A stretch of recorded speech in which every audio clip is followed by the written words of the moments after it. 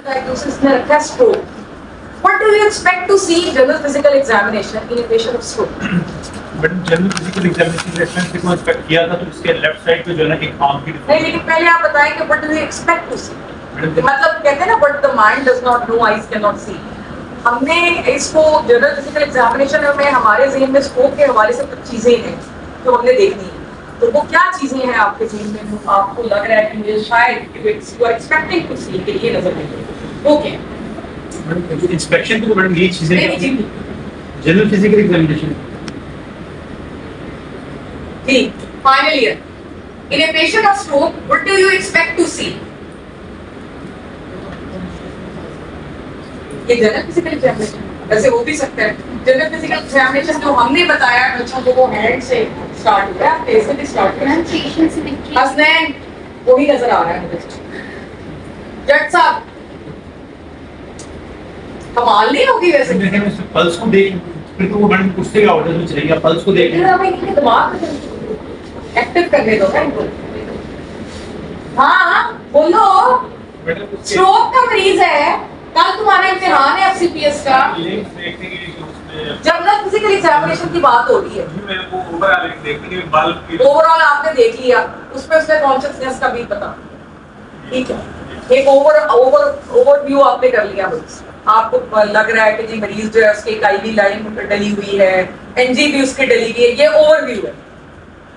और general physical spontaneous आई opening है, कोई एक सिंपल फॉर्मूला यूज होता है जैकल का, जॉन्डिस है एनीमिया, लेकिन वो स्पेशल में हो भी सकती है और 90% नहीं हो सकती. सिंपल सी बात है. आप देखिए मेरी बात सुने. आपको पल्स का आपने नाम लिया, जबरदस्त है. इरेगुलर पल्स आपकी हो सकती है. पेशेंट हाइपरटेंसिव हो सकता है. अगर उसको कोई हाइपरलिपिडेमिया, आपको यहाँ पे कोई ज़ेंथोमास या ज़ेंथेलेस्मास आपको पता है पामल पीसेस में भी मिल जाते हैं. Know that? Yes ma'am. ठीक है, तो वो आपको मिल सकते हैं. ठीक है, उसके बाद आप ऊपर चले जाएं, नेक के ऊपर आपको जीबी रेज मिल सकती है.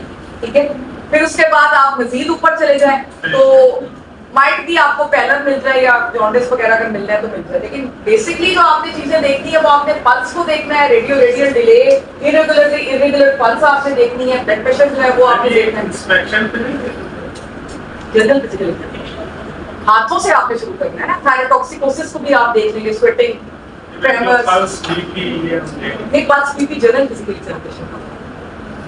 It is not the part of CNS. ठीक है, तो आप ये एक्सपेक्ट करते हैं जहां भी आपको ज़ेंथेलेस्मास मिल सकते हैं, आर्कस एनालिस मिल सकता है. तो ये सारी चीजें जो है वो आप यहाँ पे थायराइड आपका बड़ा हो सकता है. तो ये यू एक्सपेक्ट टू सी.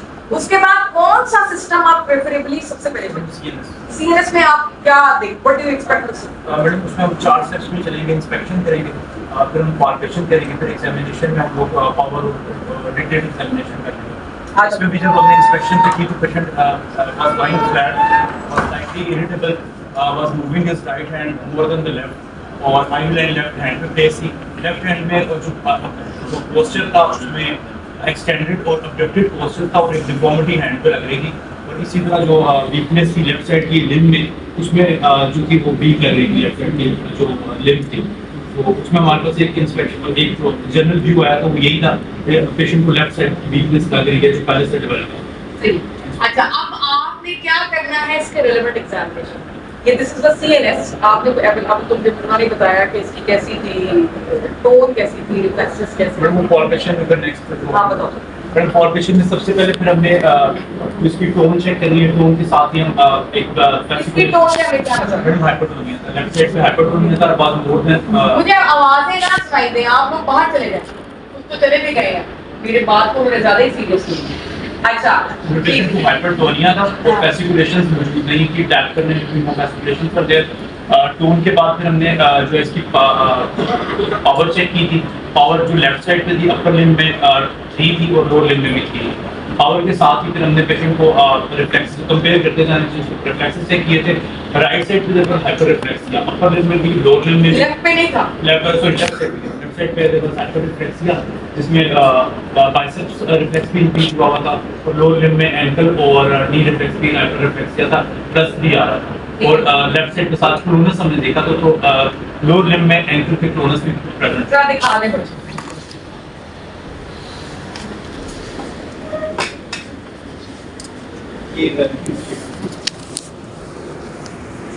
क्योंकि इसकी पुरानी वीकनेस है तो इसको कुछ डिफॉर्मिटीज थी ये नई वीकनेस नहीं है, ये लेफ्ट साइड वीकनेस पुरानी है। उसमें हमने इसको बिल्कुल रिलैक्स करके थोड़ी देर पहले इसको मूव किया, फिर 2-3 कंट्रैक्शन देने के बाद दबा कर रखा कि थोड़ी सी फील हो रहा है, दिखाई नहीं दे रहा है। मतलब फील हो रहा था हैंड पे बैलेंस में कंट्रैक्शंस आ रहे ठीक है, ठीक है, चलिए। अच्छा, और प्लांटर के जो एक हैंड में इसका वो एक हॉफमैन साइन था, बस वो कंफर्म नहीं हुआ लेकिन वो पॉजिटिव है। प्लांटर में प्लांटर आपको घर करके दिखा प्लीज दे इसको।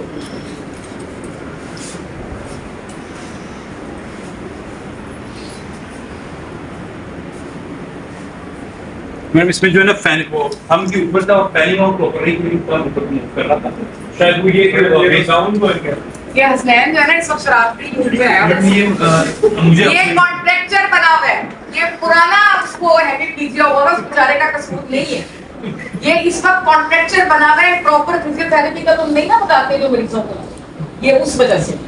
और what will be the relevant examination, ये तो हो गया आपका सीएनएस का, सीएनएस एंड रेलेवेंट कमांड जो आपकी होती है। तो और क्या क्या चीजें आप देखेंगे, एक तो बीपी कर लिया ना, और क्या क्या देखेंगे? मैडम बाकी फिर हमने स्किन की डिफॉर्मिटीज देखी थी, वो इंस्पेक्शन भी हमने कवर करनी थी, स्क्लेरोडर्मा को देखने के लिए वो कवर करनी थी। मस्कुलोस्केलेटल में हमने क्योंकि हिस्ट्री में हमने पूछा था कि वीकनेस लेकिन सीएनएस का रेलेवेंट क्या करोगे? मैडम हार्ट सीरियस से करेंगे, सीरियस में तो हम देख लेंगे, कोई पल्स का देख लेंगे, साथ ब्लड प्रेशर को ऑफर कर देंगे, अगर वो कहेगा तो ब्लड प्रेशर चेक कर देंगे। एक वो कहेगा नहीं हमने करना है ब्लड प्रेशर चेक, वो हम बीपी पे कर चुके हैं, हमने उसकी पीकॉर्डियम ऑस्कल्टेट करनी है लाजमी, ठीक है, क्योंकि उसके अंदर कोई ना कोई मरमर हो सकता है या कोई प्रॉब्लम इस किस्म का हो सकता है जो कि थ्रोम्बोएम्बोलिज्म को वो कर रहा हूँ, शावर कर रहा हूँ। दूसरा हमने जो है वो उसकी क्रेनियल नर्व्स चेक करनी है, ठीक है ना, उसमें हमने उसकी जो है 3rd, 4th, 6th नर्व, ये पोस्टीरियर सर्कुलेशन स्ट्रोक इसको अब हुआ है, तो आपने 8 टेस्ट करवाना है, 9, 10 उसकी लाजमी आपने चेक करनी है, ठीक है। 3rd, 4th, 6th नर्व करनी है, ये करना है, 9, 10 चेक करनी है, ठीक है। इसके अलावा अगर आप वेलनबर्ग सोच रहे हैं तो उसमें तो फिर उसकी सेंसेशंस भी चेक होंगे, पेन एंड टेम्परेचर क्या होता है, एक्सीडेंटल पेन टेम्परेचर गई होती है फेस के ऊपर, और बॉडी के ऊपर जो होती है वो कॉन्ट्रालैटरल गई होती है। और क्या चेक करते हैं वेलनबर्ग में, और क्या होता है वेलनबर्ग में? मैडम लैटरल मेडुलरी सिंड्रोम होता है, और क्या? मेडुला के लेवल पे 9th और 10th नर्व और 7th 10th नर्व की पैल्सी होगी, जिसमें आपको जो टैग चेक करेंगे तो उसमें एग्जैजरेटेड डैग रिफ्लेक्स आएगा। नहीं, इसमें डिस्पेजिया होता है, 9 10 गई होती है, जी ठीक है, टैग एब्सेंट होता है। बेटा तू आएगा ना नेक्स्ट टाइम, फिर मैं क्योंकि इसमें या नेक्स्ट इसकी लगाए आप क्लास। क्योंकि इसमें जो है ना हमें इसी लैटरल साइड की लग रहा था कि 10th में इन्वॉल्व। अच्छा चलो ये बताओ, उसके एक मिनट करते हैं, ज्यादा हंस रहे हैं, ये मुझे बताओ कि ये जो आपकी 9th 10th नर्व होती है, फॉर एग्जांपल आपकी राइट साइड की गई है, तो यूविला किस तरफ डिविएट होगा, और हाइपोग्लॉसल के अंदर टंग किस तरफ डिविएट होगा? वो सेम साइड सेम क्या होता है? राइट साइड पर। 7th में किस तरफ एंगल ऑफ माउथ डिविएटेड होता है? जो नॉर्मल होगी वो उसको अपनी तरफ, जिसके इशू होगा उसके अपोजिट साइड, जिसमें राइट अगर नाम है तो अपोजिट साइड। क्या 7th में? जी मैम, जो फेशियल फेशियल नर्व में। और 5th में?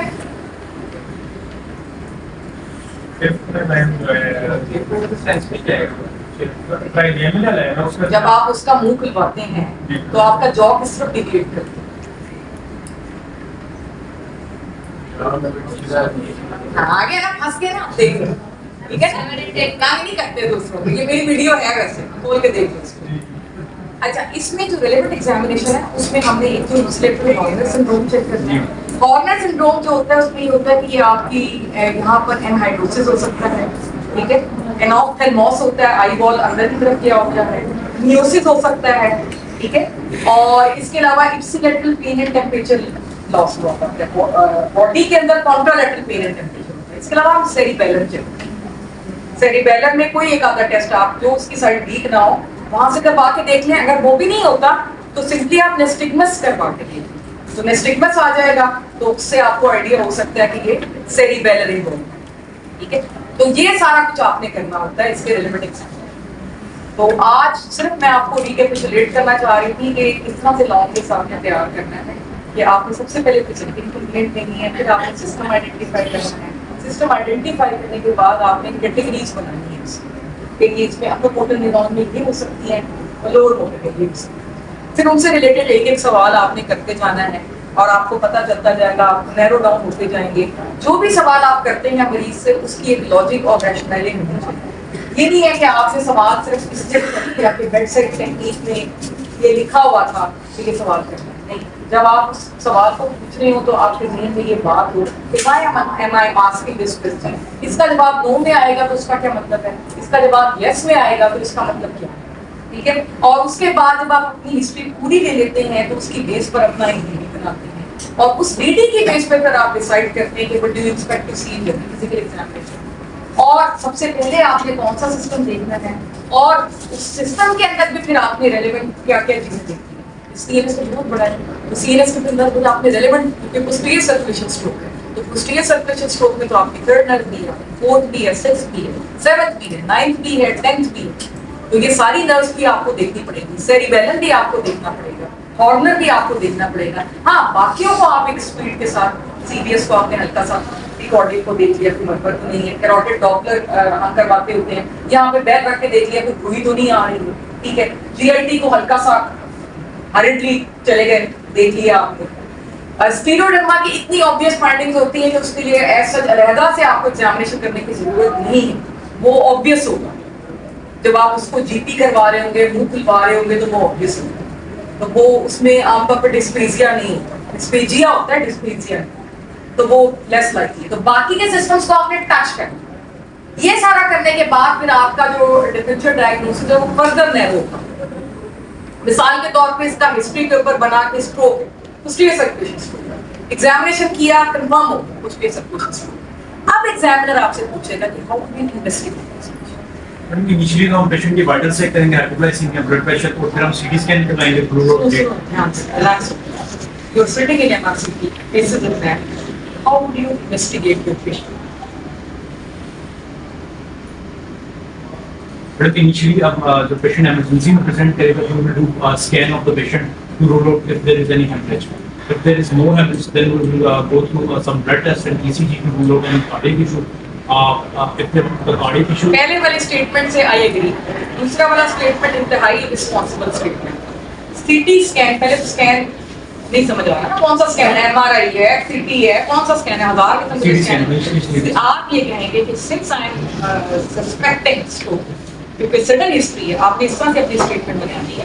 Patient is hypertensive, patient has got age of 80 years, ठीक है, ये उसके रिस्क फैक्टर्स हैं, सडन ऑनसेट उसकी हिस्ट्री थी। Since I am suspecting stroke, so I would like to go for MRI scan और CT scan of brain, whatever you think. If it is posterior circulation stroke, शायद MRI. If it is anterior circulation, you are suspecting, you would say CT.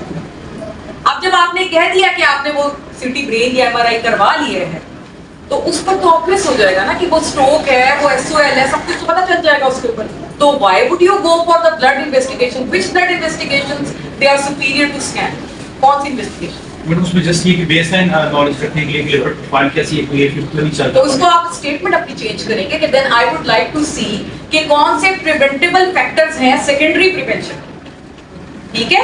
I would like to order scan CT brain और MRI, जो भी आप करवाना चाहते हैं, और उसके बाद जब वो क्लियर हो जाएगा उसके ऊपर कि if it is stroke, then I would like to check कि पेशेंट जो है वो डायबिटिक तो नहीं है, या पेशेंट का जो है वो लिपिड प्रोफाइल जो है वो कैसा है, या पेशेंट की और क्या क्या इन्वेस्टिगेशन आप करवाना चाहते हैं। मैडम उसमें लिपिड प्रोफाइल है, एनीमिया को रूल आउट करने के लिए इनिशियल मैडम बेसलाइन जो हमने सारी लिखी है सीबीसी में, आप एनीमिया को रूल आउट कर। Why you want to rule out me in a patient of stroke?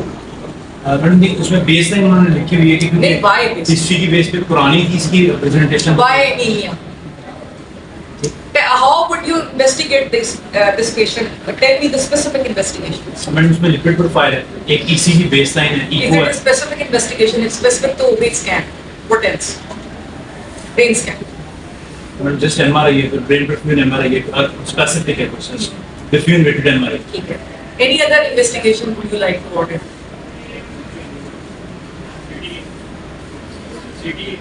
क्यों? सीटी का मैंने सेमरेज को रूल आउट कर लिया वो तो कह रहे हैं CTA. क्यों? सीटी है जी। तो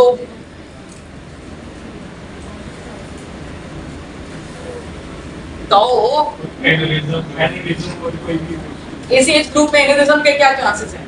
अगर तो यंग है पेशेंट तो फिर तो एन्यूरिज्म बनता है, और अगर ब्लीड आ गया फिर आप उसको बताएंगे इस तरीके से अपनी स्टेटमेंट में कि if I found a bleed and patient is young, so then I would go for CT angiography, see any aneurysm or AV malformation.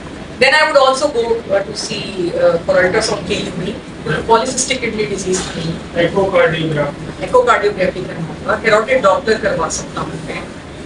ये that is making sense rather than anemia. ठीक है, anaemia को किस तरह से आप मतलब like ठीक है आप रूटीन में बेसलाइन जो करवा रहे हैं उसमें ठीक है आपने देख लिया अगर एनीमिया तो उसको करेक्ट कर दिया, लेकिन अदरवाइज ये कोई एक्सप्रेसिव स्टेटमेंट नहीं है ना। आप उसको इस तरीके से बताएंगे एग्जामिनर को कि after scan if I found stroke I would like to go for echocardiography, I would like to go for carotid Doppler, I would like to go for lipid profile, I would see HbA1c, ठीक है, ये चीजें हैं।